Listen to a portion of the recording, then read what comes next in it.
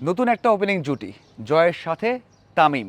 বাংলাদেশের ১০৯তম test cricketer হিসেবে অভিষেক হয়েছে তামিমের। কেমন করেন মানে একজন ওডিআই টি-20 ক্রিকেটার যিনি লং টাইম প্রায় ৩ থেকে ৪ বছর ন্যাশনাল টিমে খেলেছেন, যাকে ধরা হয় স্পেশালিস্ট সাদা বলের, তাকে অভিষেক করানো হচ্ছে। নির্বাচকরা একটা চ্যালেঞ্জ নিয়েছেন, সাহস দেখিয়েছেন। হয়তোবা ঋষভ পান্থ, ট্রেভিস হেড, বেন ডাকেটের মতো করতে চান যে সময়টা দল প্রেসারে পড়বে, একটা আগ্রাসী ইনিংস বা দ্রুত ইনিংস দলকে প্রেসার থেকে মুক্ত করবে, এইরকম একটা পরিকল্পনা থেকে তাকে নেওয়া হয়েছে। প্রথম ম্যাচে কেমন করলেন, ওই যে ভাবনা যে আগ্রাসী খেলবেন, চাপে পড়লে সেই চাপ থেকে দলকে মুক্ত করবেন, সেজন্য নেওয়া হয়েছিল। সেই কাজটা প্রথম ম্যাচে করতে হয়েছে, কারণ 0 রানে মানে বাংলাদেশ দল যখন ইনিংস খেলতে নেমেছে তখন প্রথম 2 বলেই উইকেট পড়েছে এবং সেই উইকেট পড়ার পর দল কিন্তু প্রেসারে ছিল।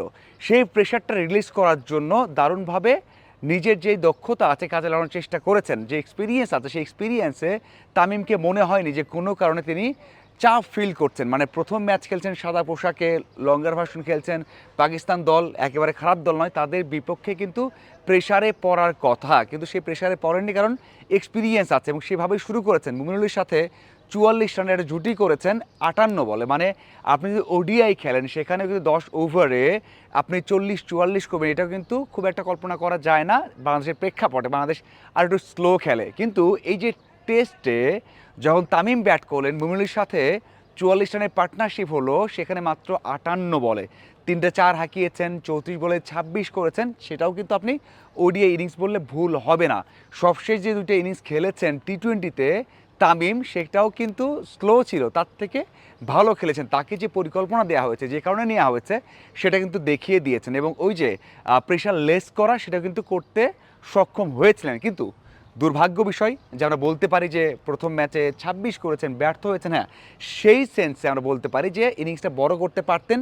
এই যে বৃষ্টি হচ্ছে, ওয়েদার কন্ডিশন চেঞ্জ হচ্ছে, উইকেটটা শুরুর দিকে বোলিং ফ্রেন্ডলি ছিল, কারণ সবাই আমরা জানি যে টানা কয়েকদিন বৃষ্টি হয়েছে, খেলার দিন সকালেও খুব বৃষ্টি হয়েছে, উইকেট অনেক সুইং করবে।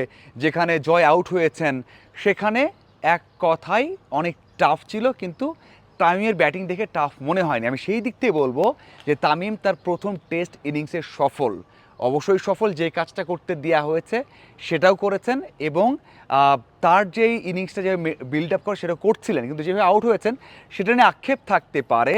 কারণ হচ্ছে যেভাবে খেলতে চেয়েছেন, আসলে তার আগের শটগুলো খেলেছেন, ওয়ানডের মতো খেলছিলেন, ভয় পাচ্ছিলেন না, কিন্তু যেই বলটা বাউন্স ছিল হঠাৎ করে এসেছে এবং বাউন্সের যে পেস থাকার কথা ছিল সেটা কিন্তু ছিল না, স্লো বাউন্স এসেছে, এই জন্যই কিন্তু টাইমিংটা হয়নি এবং আউট হয়ে গেছেন। যখন আউট হয়ে গেছেন অনেক কথা হচ্ছে যে হ্যাঁ ব্যর্থ হয়েছেন, কিন্তু আমার চোখে আমি বলবো যে তামিমকে নিয়ে যে পরিকল্পনা এবং তামিম যেভাবে খেলতে চেয়েছেন, ডোমেস্টিকে যেভাবে খেলেন সেটাই খেলেছেন। ডোমেস্টিকে 40-এর মতো ম্যাচ খেলেছেন, তার গড় 40-এর মতো এবং স্ট্রাইক রেটটাও 70-এর ওপর, 73 বা 74 ডোমেস্টিকে, সেই খেলাটা কিন্তু এখানে খেলেছেন। হ্যাঁ, রান দেখে মনে হতে পারে ব্যর্থ, বাট আমার কাছে মনে হয় ইনটেন্ট, তাকে যে কারণে নেওয়া হয়েছে, তিনি যেটা করতে চেয়েছেন সেই দিক থেকে সফল হচ্ছে তামিম। এখন আসা যাক তার পার্টনার জয়কে নিয়ে। জয় এখানে তার ক্যারিয়ার সেরা ইনিংসটা খেলেছিলেন আয়ারল্যান্ডের বিপক্ষে 171 রানের, সেজন্যই তাকে নেওয়া হয়েছে লিটারেলি এবং অনলি সেজন্যই নেওয়া হচ্ছে। কারণ আগের দিনে আমরা দেখেছি, আমি নিজে বলেছিলাম যে একাদশে হয়তো জয় থাকবে না, কারণ হচ্ছে তার ইনজুরি, তার হাতে একটা ব্যথা আছে। হ্যাঁ, ডিসলোকেট হয়েছিল তার হাতের আঙুলের যে হাড়টা, সেটা সে লোকেট করা হয়েছে, ব্যথা ছিল, তারপরেও খেলানো হয়েছে। একটা বিষয় হচ্ছে যে ব্যথা হয়তো নেই, কিন্তু নয় মানে একেবারেই 100% ঠিক হয়নি, হালকা ব্যথা নিয়ে খেলতে হয়েছে। আমি এই কারণে বলেছিলাম যে টেস্ট ক্রিকেটে এটা 5 দিনের ম্যাচ, 2টা ইনিংস, সেখানে সেই রিস্কটা না নিলেও হতো এবং জয় হয়তো আর কমফোর্টেবল খেলতে পারতো, হয়তো এর থেকে ভালো হতে পারতো যদি 100% ফিট থেকে খেলতে পারতেন, এবং জয় না খেলে যদি খেলতেন সেখানে জাকির, সেটা হলে হয়তো ভালো হতে পারতো। এটা হচ্ছে ইনজুরি বিষয়।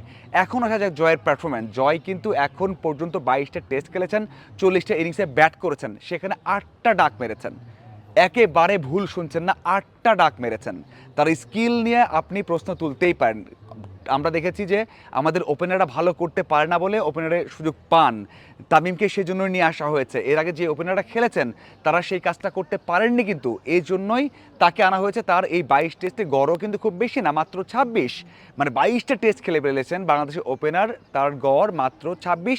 এগুলো বললে হয়তো ছোট করা হবে, তবে আমি এই টেস্ট নিয়েই বলতে চাই, এই টেস্টে আমি ওই যে ইনজুরির কারণেই বলেছিলাম তাকে না নেওয়াটা ভালো, এবং সেটাই হচ্ছে প্রথম ইনিংসে খারাপ করেছেন, দ্বিতীয় ইনিংসে দেখতে হবে কেমন করেন, যদিও সেখানেও ভালো করার সময় কিন্তু খুবই কম। যাই হোক, এটাই হচ্ছে দুই ওপেনারের আমাদের সিনারিও। তামিমকে আমি সফল বলবো, অন্যদিকে জয়কে তার ব্যাটিং অ্যাপ্রোচ, তার স্কিল এবং তাকে যে ম্যানেজমেন্ট খেলিয়েছে সেটাও একটা ভুল সিদ্ধান্ত ছিল, সেটা আমি বলতে চাই। আপনাদের কি মনে হয় জানাবেন। ধন্যবাদ।